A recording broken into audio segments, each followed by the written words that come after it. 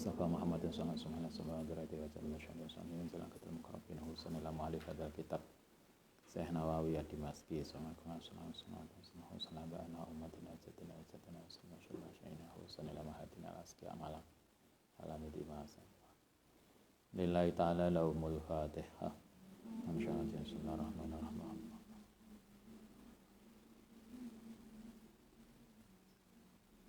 Bismillahirrahmanirrahim. Bab ke-9. Babu istihbabi i'lamir rajuli. Bab disunahkannya menyampaikannya seseorang bi man ing wong yuhibbu yang seneng sapa rajul ing man anahu sedune rajul iku yuhibbu. Seneng sapa rajul ing man. Ini bab ini menjelaskan kalau seseorang itu seneng pada seseorang, maka hendaknya dia menyampaikan, Mbak, aku seneng sampean loh, jangan dipendam. Nah, dipendam nanti moro-moro dilamar wong. Di sini disarankan kalau seseorang itu seneng pada seseorang, hendaknya dia menyampaikan rasa sukanya. Anda yang perempuan boleh juga toh, hanya caranya mungkin beda. Bolak-balik gambar dikirimi godong waru. Apa sekarang? Gambar hati, tak biyen godong waru itu kan begini toh. Itu zaman Ustadz kecil, godong waru begini terus kasih panah, itu dulu. Artinya boleh seseorang itu kalau dia senang pada orang lain, justru di sini disarankan untuk menyampaikan, jangan dipendam, nanti pusing dewe, sakit hati dewe. Kalau kita naksir orang, ya sampaikan aja. Mas, sama nggak pengen tak kenalan karo bapakku? Misalnya toh, itu kurang halus ya? Atau terlalu vulgar? Bapak itu nunggu zaman loh. Kalau senang banget bapak itu kalau zaman ke rumah. Tapi kita mungkin halus, tapi jangan terlalu halus. Oh, terlalu halus, dia nggak paham. Nah, pusing juga Anda. Ini bolak-balik diomong nggak paham.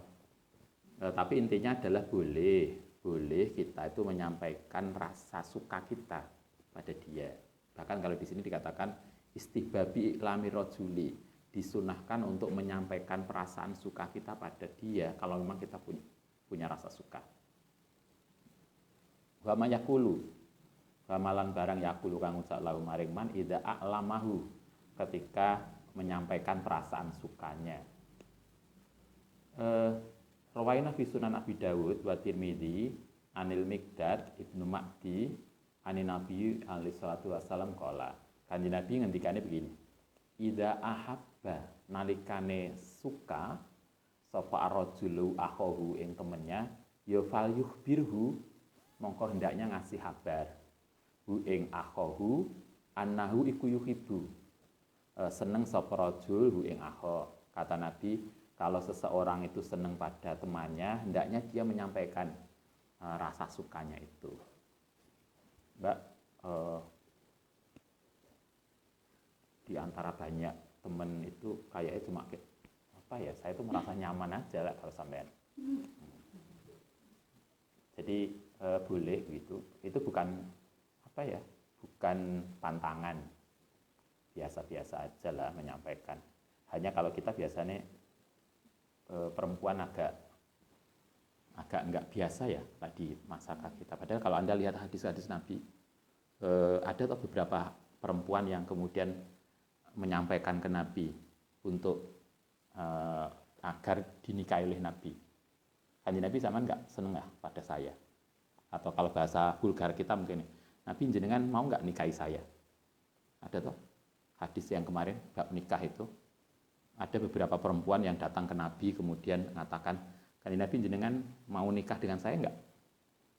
Ternyata Nabi kemudian enggak mau. Tapi agar tidak mengecewakan, kemudian Nabi manggil sahabat. Beberapa laki-laki dibilang, siapa yang mau menikah dengan dia? Ternyata kemudian ada seorang sahabat yang mau. Yang kemudian itu melahirkan hadis panjang banget. Kayaknya selembar lebih toh. Selembar atau sehalaman? Satu lembar ya. Gini itu satu lembar. Yang kemudian sahabat tadi ditanya oleh Nabi, Oke, kalau kamu mau menikah dengan perempuan ini, apa mas kawinmu? Coba cari di rumah apa mas kawinnya. Ternyata yang sering saya sampaikan, pemuda tadi tidak punya apapun. Dia hanya punya selimut. Selimut itu kecil dan enggak baru. Saking cili selimut, itulah digawe kemulan atas, kakinya kelihatan. Kalau kakinya ditutupi, atasnya kelihatan. Karena orangnya gede, selimutnya cilik. Kayak Anda lah. Kalau Anda enggak gedean selimut. Sampai orang tangi-tangi. Sahabat itu begitu. Nabi rupanya enggak puas. Mosok lo selimut cuma situ, digawe sendiri aja enggak cukup, apa maneh digawe kemulan karo istrinya, kan enggak cukup. Kemudian Nabi bilang, cari di tempat rumahmu, ada lagi enggak? Pulang lagi, enggak ada Nabi. Nabi sampai terakhir, carilah cincin walaupun min hadidin yang ada sangat terkenal. Walaupun cincin dari besi. Kalau bahasa kita golek ring lah gak apa-apa. Ring-ring yo gak apa-apa lah kena digawe mas kawin saking enggak punyanya. Ternyata orang itu juga enggak punya. Ring mur itu aja enggak boleh, enggak untuk mas kawin enggak bisa. Kemudian Nabi terakhir mengatakan, kamu bisa ngaji Quran enggak? Oh bisa Nabi, saya hafal beberapa juz. Karena itu oke lah, kamu saya nikahkan dengan perempuan ini dengan mas kawin, kamu ngajari dia baca Al-Quran. Karena itulah berdasarkan salah satunya dengan hadis itu, Madzhab Syafi'i, Imam Syafi'i membolehkan mas kawin dengan bentuk jasa. Jadi mas kawin ngajari maca Quran boleh. Mbak sama tak nikahi yo, mas kawinnya tak ngaji Fathul Qorib. Boleh misalnya. Atau jasa yang lain apa? Antar jemput kuliah. Ya silakan kalau Anda mau. Sama tak nikahi antar jemput kuliah sampai selesai. Kalau Anda tak terima ya gak apa-apa kalau Anda mau. Tapi kalau Imam Madzhab Hanafi, mas kawin tidak boleh jasa. Mas kawin harus barang. Karena kalau sudah jasa itu kewajiban suami toh. Kalau kanterin antar jemput ke kampus kan sudah kewajiban suami. Tidak perlu jadi mas kawin. Karena itu kalau Imam Syafi'i boleh karena dasarnya salah satunya hadis itu bahwa Nabi pernah menikahkan seseorang dengan mas kawin ngajari maca Quran. Kalau Anda ngajari statistik, gawe skripsi atau gawe no skripsi, silahkan kalau Anda mau. Tapi kembali ke sini, kalau seseorang itu suka pada orang lain, hendaknya dia falyuh birhu, maka hendaknya dia menyampaikan, saya suka, saya naksir, saya opolah, bahasa sekarangnya apa? Tembak ya? Ditembak apa didor? Anda tahu? Kayaknya begitulah bahasa anak-anak baru. Rawaina fi sunan itu satu. Rawaina fi sunan Abi Dawud anahu an Anasin radhiyallahu an rajulan. Saat temen ini ada seseorang kana ana sapa rajul iku indan Nabi. Suatu ketika Kanjeng Nabi itu jalan dengan seorang laki-laki. Famaro. Kemudian lewat Nabi bersama laki-laki tadi ketemu dengan orang lain. Orang lain kemudian faqala ngucap sapa rajul tadi, ya Rasul, ini uhibbu hadza. Ini sedune ingsun niku uhibbu, suka sapa ingsun hadza. Kanjeng Nabi, saya senang pada dia. Faqala kemudian mengucapkan lahu maring rajul sapa Nabi, ya a'lam tahu, kalau kamu suka dia, a'lam tahu, sampaikan rasa sukamu itu ke dia. Jadi apa namanya? Ditunjukkan, disampaikan sehingga dia tahu yang kita suka itu tahu bahwa kita suka dia.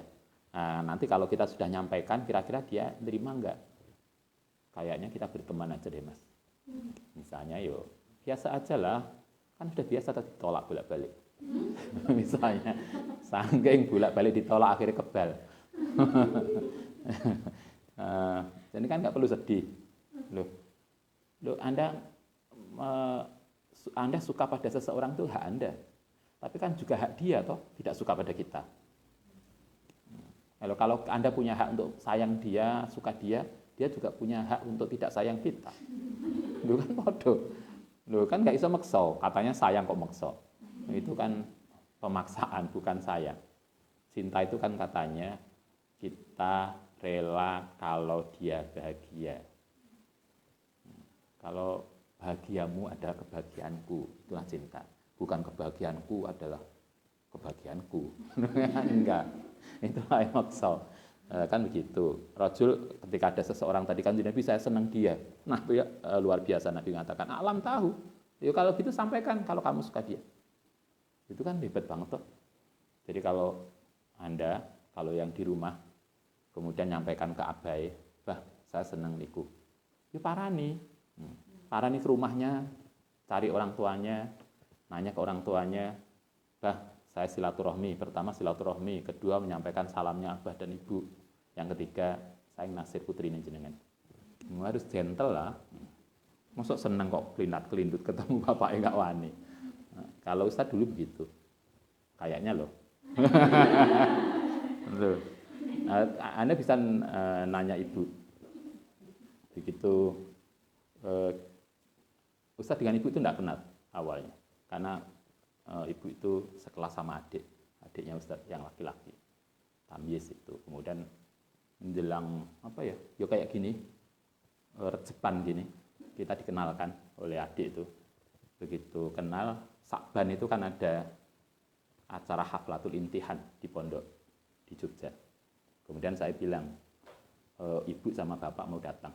Kalau kamu ingin kenal silahkan datang. Hanya datang kenalan sama ibu sama abah saya. Sebentar aja, begitu kenalan dia pulang, saya nanya ibu, bu, kados pundi? Wah, apik le. Ibu itu kan tahu toh, hanya melihat sekilas saja. Orang tua itu tahu ini gadis yang baik atau tidak. Begitu oke, lebaran saya ke rumahnya, ke Banyuwangi. Saya langsung bilang ke abah sama umi mertua, ketika itu belum jadi mertua, bahwa saya suka putrinya, satu. Yang kedua, kalau nanti dibolehkan, syaratnya hidup di Malang, karena saya sudah jadi dosen. Harus di Malang. Jadi rencana ke depan di Malang, tidak di Banyuwangi. Itu sejak awal kita sampaikan. Karena itu untuk menegaskan, sering toh kita itu kadang nikah terus bingung. Iku urip nok ndi, ning kono, ning kono. Karena sejak awal nggak ada komitmen, nggak ada pembicaraan. Kita sejak awal sudah, ini saya sudah jadi tenaga pengajar, saya sudah pegawai negeri dari dosen muda. Saya nggak mungkin kemudian pindah ke tempat lain. Saya di Malang, kalau boleh nanti hidupnya di Malang. Beberapa saya sampaikan, kalau oke nanti bulan depan abah sama umi saya akan datang ke Banyuwangi dan kita nikah. Kan gitu aja, kan sudah nggak perlu pacaran, wong tua kok pacaran. Loh, gak tua deh, udah dewasa. Ustaz ketika itu sudah selesai S3, ibu sudah S2. Itu kan sudah nggak waktunya pacaran. Kalau oke ya serius, karena itu Anda kan, maksud Anda masih pacaran? Wong semester klasik. Masih pacaran. Kalau ada yang naksir, oke. Kalau Anda kemudian merasa di istikharah baik, tantang dia, silakan datang ke rumah kenalan dengan abah dan umi saya. Begitulah, gak pelintat-pelintut, itu gak gentle. Nah, Nabi coba ngajarkan, kanjeng Nabi saya senang dia. Ya, kamu sampaikan kalau kamu senang. Coba, Nabi kan luar biasa toh. Coba kayak perempuan tadi, Nabi, jenengan mau nggak nikah dengan saya? Ya, kurang apa hebatnya perempuan itu. Anda langsung tempel, Mas, ya bahwa kita nikah. Misalnya gitu. Ada seorang kiai, putranya yang cerita. Ada seorang jamaahnya. Jadi kiai ini udah kiai, udah punya santri banyak. Kemudian anggota jamaah ngaji itu nyampaikan ke kiainya itu luar biasa. Abah Yai, kita udah sering ngaji macam-macam. Saya itu pengen punya anak keturunan dari jenengan. Coba, itu vulgar nggak? Mungkin kita kadang nggak jelas, tapi jelas dia ngomong begitu. Itu ceritanya putranya. Jadi jamaahnya tuh pengen punya putra dari keturunannya Yai tadi. Yai ini paham kemudian dinikahi. Itu kan, Anda bisa bayangkan pengen punya anak dari kiai tadi. Bagaimana bisa melahirkan dan hamil anak dari kiai kalau nggak nikah dengan kiai itu? Kan begitu toh, mungkin Anda bisa tiru lah. Mas, kok saya pengen ya, mau apalah bahasa Anda, jauh lebih canggih. Tapi artinya boleh menyampaikan kalau kita suka pada seseorang. Nabi mengatakan i'lam tahu haqalallah. Kata Nabi, apakah engkau sudah menyampaikan? La. Mboten Nabi, saya belum menyampaikan ke dia. Apa kata Nabi? A'limhu, ya kalau gitu sampaikan senangmu itu pada dia. Falahikahu, kemudian nemui sapa orang tadi, rajul yang bersama Nabi, kemudian nemui orang yang disenangi tadi, faqala ini uhibbuka. Coba, aku senang kamu. Wah, itu luar biasa. Faqala, kalau kemudian tentu uhibbukanya fillah ya, bahwa saya cinta kamu di dalam konteks lillah. Faqala kemudian yang disenangi tadi, jawabannya luar biasa juga. Ahabbakalladzi ahbabtani lahu. Jadi orang yang tadi diparani kemudian dikatakan, saya suka kamu loh. Jawabannya, saya juga kamu seperti kamu menyukai aku. Itu kan bagus banget. Kayaknya Anda lebih paham, lebih pengalaman biasanya. Karena bolak-balik nggak ketemu, bolak-balik ini akhirnya pengalaman membuat rangkai kata-kata yang lebih top. Rawaina fi Sunan Abi Dawud wa Nasa'i an Mu'adz bin Jabal radhiyallahu anna Rasulullah sallallahu alaihi wasallam akhadha biyadihi. Suatu ketika ini Nabi dengan Mu'adz bin Jabal, tentu sesama laki-laki yang ini konteksnya bukan laki-laki perempuan. Tapi Nabi kemudian tapi ini konteksnya adalah mengajari kalau kita senang pada seseorang boleh kita mengekspresikan, menyampaikan dan dalam verbal, secara verbal. Nabi suatu ketika megang tangannya Mu'adz, kemudian Nabi mengatakan, ya Mu'adz, wallahi inni uhibbuka. Ya Mu'adz, demi Allah saya suka kamu. Tapi sukanya bukan laki-laki perempuan loh ya. Ini konteks yang Mu'adz, Nabi dengan Mu'adz tadi sesama muslim. Usika, karena Nabi arti kata-kata anak uhibbuka itu kan kata-kata verbal yang menunjukkan bahwa kita itu suka seseorang. Itu boleh. Nabi juga mengatakan itu. Walaupun pada konteksnya beda, tetapi kata-kata kita menunjukkan itu boleh. Karena itu Ustaz sering mengatakan, Anda yang di rumah yang sudah menikah, sedekat apapun kita mencintai istri kita, atau Anda sebagai istri, sehebat apapun kita mencintai suami kita, tentu masih ada hal-hal yang kemudian tidak bisa kita pahami dari perilaku kita. Karena itulah perlu kita sampaikan. Anda mau apa toh? Dia aku pengen masakan sing rada asin didik lah.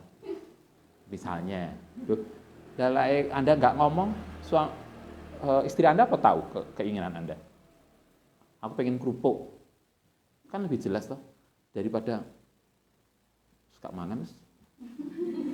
Kan istri Anda juga bingung, ini maunya apa, gak makan, padahal hanya butuh kerupuk cuma misalnya.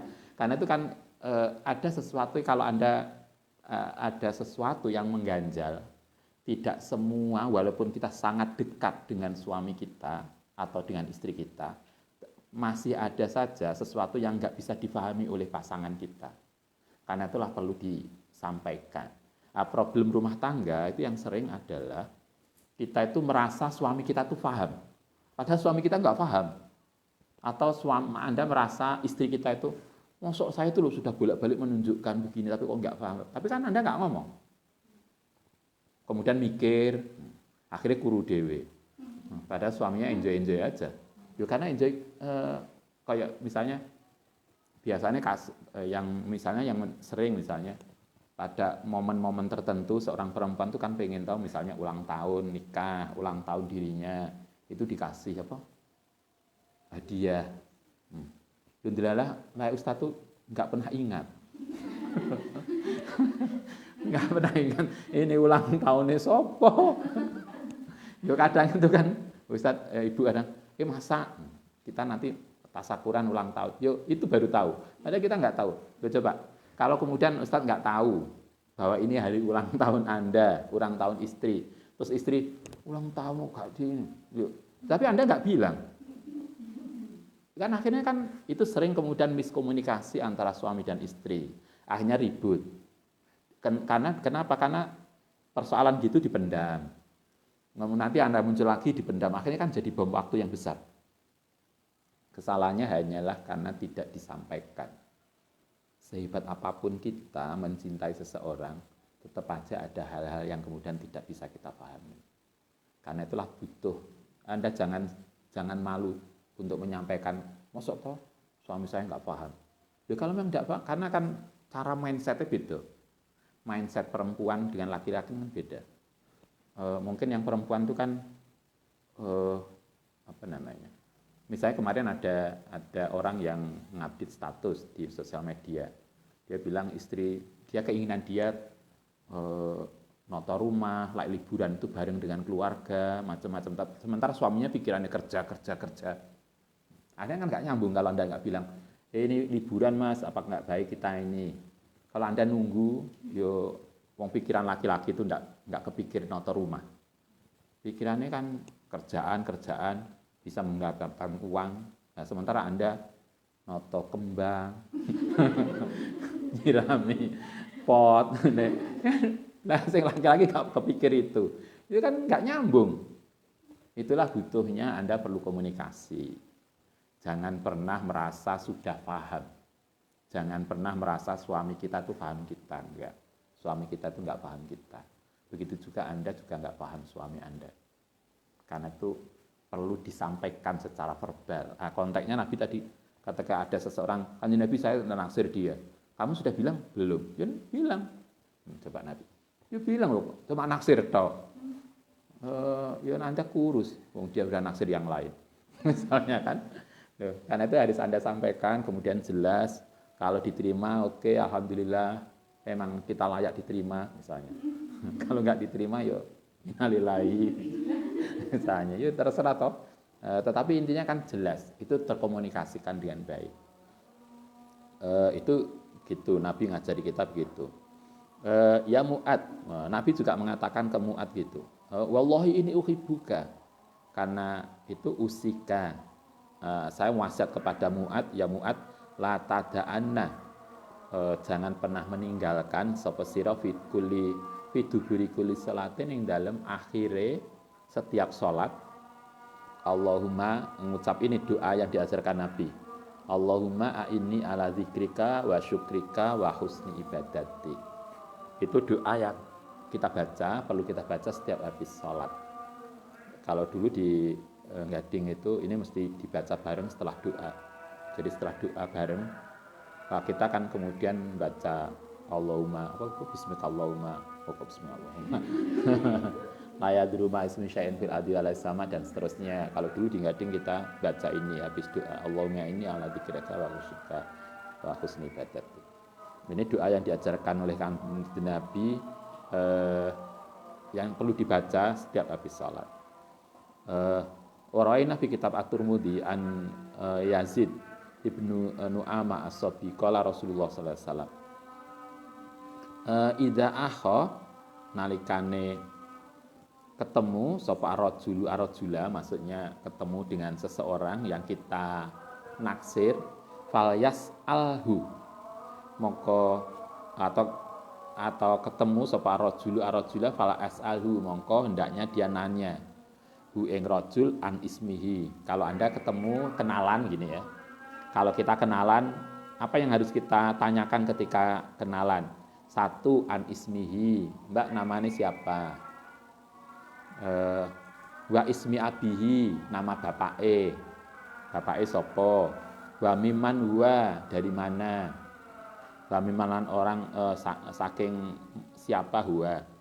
Jadi jangan lupa kalau kenalan namanya sopo, dari mana, keluarganya siapa. Itu akan penting untuk menyambung silaturahmi. Kadang mari ditanya siapa, dari mana, kita udah lupa. Bar, sopo tadi mbak? Lali ya. Padahal kita Apalagi kalau nggak nanya. Nah, artinya ini kalau kita kenalan dengan orang, ketemu dengan seseorang, hendaknya kita diajarkan oleh Nabi nanya nama. Kalau nanya nama, kita etikanya menyebutkan nama kita dulu. Mbak, nama saya ini. Jenengan kalau boleh tahu siapa namanya? Kan gitu kak. Mbak, siapa jenengan? Enggak, bukan nanya duluan, tapi kita mengenalkan duluan etikanya. Sama dengan ketika Anda di mana namanya?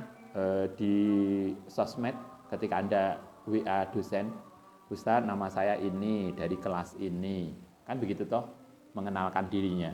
Enggak kok, Ustaz, saya perlu tanda tangan, saya tunggu di depan ruangan. Bapak di mana sekarang? Anda ini siapa? Itu kadang etika yang perlu kita pelajari. Nabi mengajarkan kita kalau kita ketemu dengan seseorang, kenalan dengan seseorang, maka ada beberapa hal penting yang kita bisa lakukan. Satu, nama yang ditanyakan, ismihi, kemudian ismi abihi, mungkin dari keluarga lah, asal biasanya kan namanya siapa, asalnya dari mana, syukur bisa dapat informasi misalnya dari suasana keluarganya siapa. Kenapa harus begitu? Fa'innahu, krono tadi nanya nama keluarga, dari mana asalnya, iku ausolu, lebih menyampaikan lil mawaddati maring rasa suka. Jadi rasa mawaddah itu bisa tumbuh dengan itu. Qala Tirmidzi hadisun gharibun. Hadis ini gharib kata At-Tirmidzi, yang kenalan sampai tadi macam-macam. La ta'rifu, yang tidak kenal sapa ingsun hu ing tadi Yazid ibnu Nu'amah ila min hadzal hadis ini, kecuali dari jalurnya Yazid bin Nu'amah. Qala la na'lamu li Yazid ibnu Nu'amah samaan. Kita tidak tahu, tidak pernah mendengar bahwa Yazid itu pernah mendengar minan Nabi saking kanjeng Nabi. Qala wa yurwa, lan diriwayatakan an Ibnu Umar saking Ibnu Umar ani Nabi sallallahu alaihi wasallam nahwu hadza, kalau sepadannya hadis ini. Tapi kalau kita melihat menurut Imam Tirmidzi, hadis yang dari jalur Yazid ini gharib, tidak cukup dikenal, tapi memang ada hadis lain yang mirip yang diriwayatkan oleh Ibnu Umar. Karena itu hadis itu kemudian bisa dijadikan bahan pertimbangan. Qultu qad ukhtulifa, teman-teman di perbedaan pendapat fi suhbati Yazid ibnu Mu'awah ing dalam persahabatan, tingkat kesahabatannya Yazid bin Mu'awah. Faqala Abdurrahman ibnu Abi Hatim lah suhbatalahu, Yazid bin Mu'awah itu tidak termasuk sahabat, karena itulah hadisnya diragukan. Babu mayakulu idza ra'a, kita lanjutkan satu bab, dua bab juga boleh. Babuma, bab tentang sesuatu yakulu kang ucap idza ra'a, nalikane melihat seseorang mubtala ing orang yang diuji bimarodin kelan sakit au gharihi utawa liyane. Ini sesuatu yang kita bisa doa untuk menjaga diri ketika melihat ada orang yang sakit. Jadi ada orang yang diuji oleh Allah dengan sakit atau yang lain, kena musibah, kita boleh dengan doa ini. Rawainah fi kitab At-Tirmidzi an Abi Hurairah radhiyallahu anhu Nabi alaihi salatu wasallam qala, man sapane wong siapapun ro'a yang melihat mubtala ing orang yang diuji, faqala, kalau kita misalnya kita tahu ada teman kita sakit, maka ketika ada teman sakit, kita boleh dengan doa ini. Alhamdulillahilladzi afani mimma ibtalaka bihi wa faddalani ala kasirin mimman khalaqa tafdila. Bukan alhamdulillah dia sakit loh ya. Iki alhamdulillah, anak teman kita jatuh sakit. Kita bilang alhamdulillah saya masih sehat. Bukan kok alhamdulillah Mbak sampean kok loro ya. Enggak. Bukan alhamdulillah karena dia sakit. Tapi alhamdulillah bahwa kita ternyata terjaga dari sakit seperti teman kita. Jadi alhamdulillah itu karena kita tidak ikut sakit. Alhamdulillah alladzi afani, yang telah menjaga ni ingsun sapa Allah mimma saking barang ibtalaka, yang telah menguji sapa Allah ka ing sira bi kelawan sakit. Wa faddalani, lan memberikan ke anugerah sapa Allah ni ingsun ala kasirin ing atase sebagian besar miman saking wong khalaqa yang menciptakan sapa Allah tahdilan ing kelebihan. Alhamdulillah saya selamat, alhamdulillah saya tidak ikut sakit. Lam yusibhu yang orang ngenani hu ing zalika apa zalikal balau apa bencana tadi. Alhamdulillah saya selamat dari bencana. Itu boleh. Kita bisa melakukan itu. Rawaina fi kitab At-Tirmidzi an Umar bin Khattab radhiyallahu anna Rasulullah sallallahu alaihi wasallam qala man sapane wong ro'a yang melihat sapa man sahiba balain orang yang terkena bencana faqala alhamdulillah alladzi afani mimma ibtalaka bihi doanya sampai ini alhamdulillahilladzi afani mimma ibtalaka bihi wa faddalani ala kasirin mimman khalaqa tahdilan.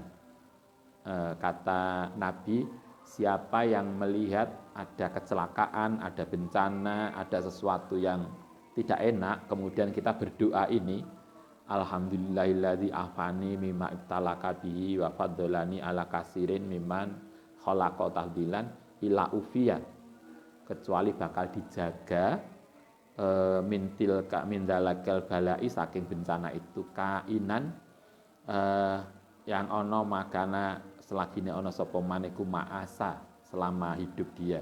Kata hadis ini mengatakan siapa yang ketika melihat bencana atau kecelakaan atau apapun yang enggak baik, kemudian kita berdoa ini, insya Allah kita seumur hidup kita akan dijaga dari musibah yang sama. Saya kira kita bisa hafalkan. Kalau enggak hafal ya dicatat ning HP. Lah misalnya ada apa-apa karek moco, lah HP ini ke bawah. Jadi alhamdulillahilladzi afani. Tadi artinya sudah sama dengan atas. Doanya tadi alhamdulillahilladzi afani mimma ibtalaka bihi wa faddalani ala kasirin mimman khalaqa tahdilan. Sampai situ. Hadis ini mengatakan siapa yang melihat bencana, musibah atau apapun kemudian berdoa ini, insya Allah seumur hidupnya dia akan dijaga oleh Allah dari bencana yang sama. Kultu matur sapa ingsun Imam Nawawi qala ulama'u min ahsabina wa rihim qala ngendika sapa ulama min ahsabina saking sahabat kita dari mazhab Syafi'i wa rihim yang bagi sebaiknya ayakula yang mengucap sapa man hadza dzikra yang zikir tadi alhamdulillahilladzi afani tadi sirron, membacanya pelan, tidak keras. Kenapa? Nanti salah paham. Nek wong kecelakaan alhamdulillahilladzi. Salah paham dianggap kita alhamdulillah dengan kecelakaan itu. Padahal mestinya kita alhamdulillah karena kita tidak ikut terlibat di dalam kecelakaan. Nah, karena itulah karena agar tidak jadi salah paham, maka membacanya dengan sirron, pelan-pelan di dalam hati saja, tidak diucapkan. Bihaisu yusmi'u, gambarnya yang memperdengarkan nafsu ing dirinya sendiri saja. Wala yasma'uhu, dan tidak perlu memperdengarkan hu ing doa tadi al-mubtala ing orang yang mengalami kecelakaan. Nah, koncone jatuh kemudian alhamdulillahilladzi. Itu kan jadi perkara. Karena itulah alhamdulillah di hati saja. Karena alhamdulillah kita bersyukur kita tidak jatuh. Bukan alhamdulillah karena dia jatuh, bukan. Alhamdulillah dia teman kita jatuh, kita innalillah ya, karena kita ikut berduka dan prihatin karena teman kita kena masalah musibah. Tapi kita alhamdulillah ternyata kita dijaga oleh Allah dari kecelakaan itu. Tapi mocone alon-alon, mocone pelan, tidak keras.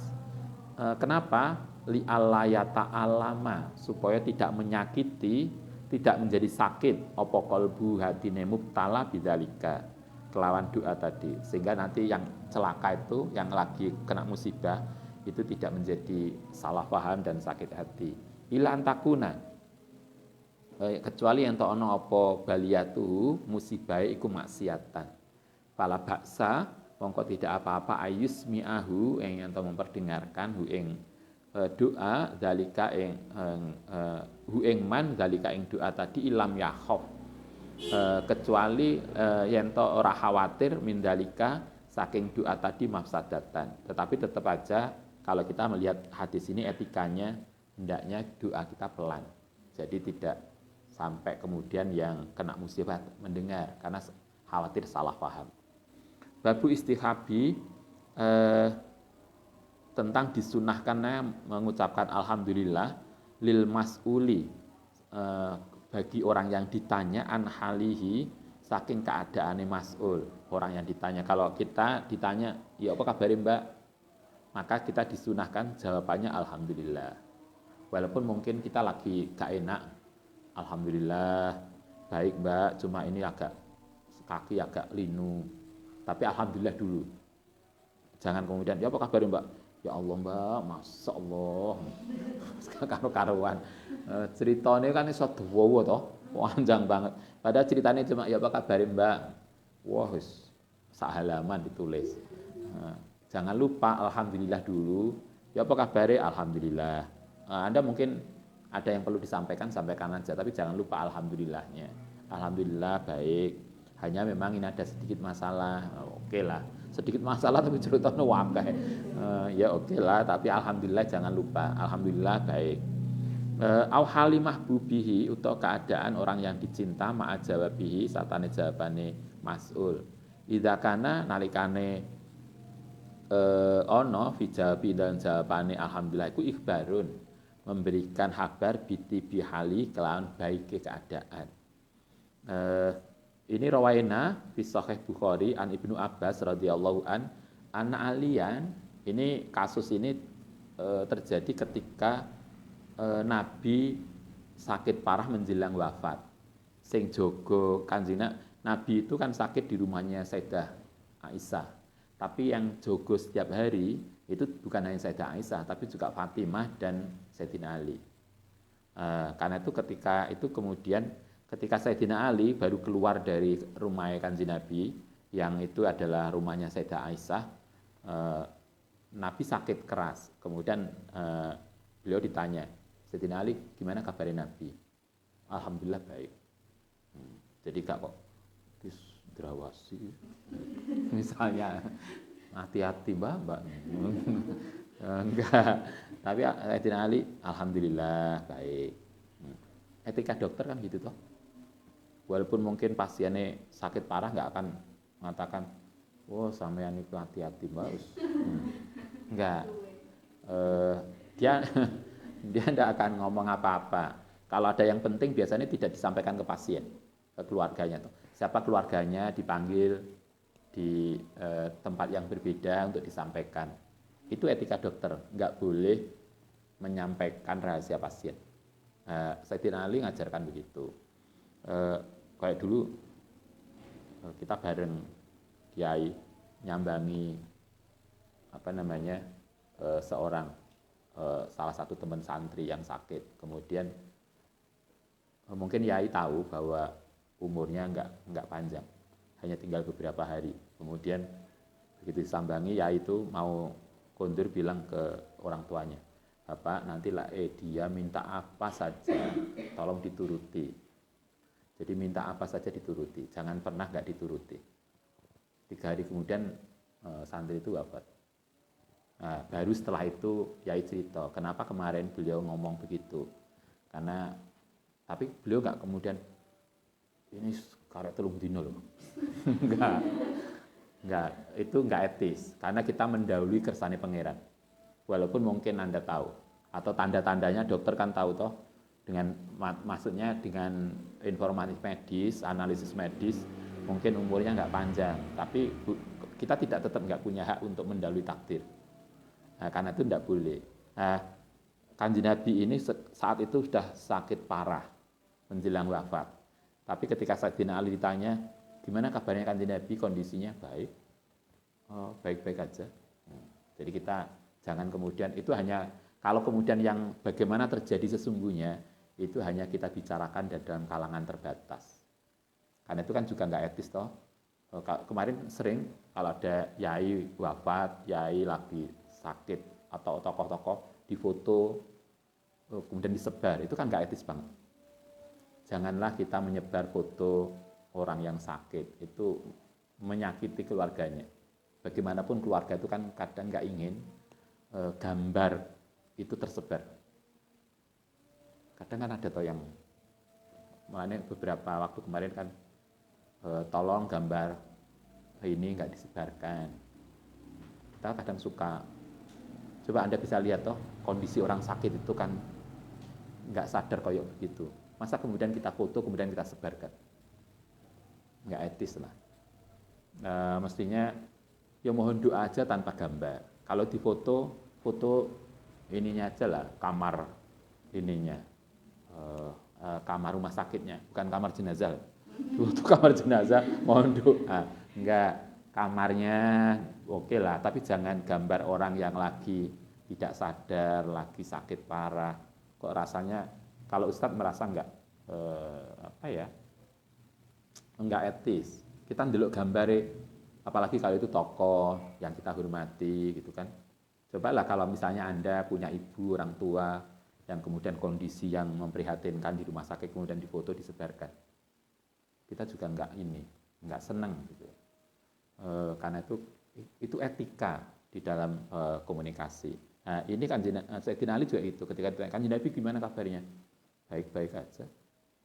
Kalau ada yang benar-benar serius itu hanya di kalangan terbatas, bukan untuk sosial media. Gitu loh. Jadi kita tahu mana yang privasi, mana yang untuk publik. Nah, kita harus tahu itu. Nah, kita di sini diajarkan konteks kita di Sayyidina Ali kharaja min indi Rasulillah fi wajaihi ing dalam sakite Nabi alladzi tuwfiya fihi kang menjelang wafat fihi ing dalam wajah. Nabi ketika itu sudah sangat sakit parah banget. Dalam konteks tertentu kan bahkan Nabi sampai enggak sadar, menggigau saking parah sakit demamnya. Kan begitu. Sayyidina Ali keluar dari kamarnya Nabi, faqala nasu. Kemudian para sahabat nanya, ya Abul Hasan. Abul Hasan itu julukannya Sayyidina Ali, karena bapak putranya Sayyidina Hasan. Kaifa asbaha Rasulullah? Bagaimana keadaan Rasulullah? Apa jawaban Sayyidina Ali? Asbaha alhamdulillah. Nabi alhamdulillah baik-baik aja. Walaupun kondisinya sudah luar biasa. Sayyidina Ali mengatakan alhamdulillah baik. Barian itu segar, baik. Jadi sehat, alhamdulillah, nggak apa-apa. Walaupun setelah itu kemudian wafat. Dan di dalam banyak hadis kita melihat ketika itu Kanjeng Nabi sudah luar biasa parah. Tapi Nabi kan, Sayyidina Ali kan mengatakan alhamdulillah barian, Nabi baik-baik aja. Mestinya kita begitu. Ya kok Mbak, alhamdulillah. Misalnya kita punya keluarga lagi sakit. Gimana keluarganya? Alhamdulillah sehat, masih alhamdulillah lah, nah, kondisinya masih baik. Kalau memang benar-benar tidak baik dan kemudian kita butuh solusi, maka kita bicarakan secara internal, artinya secara tidak untuk umum. Nah, misalnya Anda ketemu dengan siapa yang kita hormati, guru kita, kemudian kita butuh penguatan, baru Anda cerita kondisi orang tua saya itu sesungguhnya begini.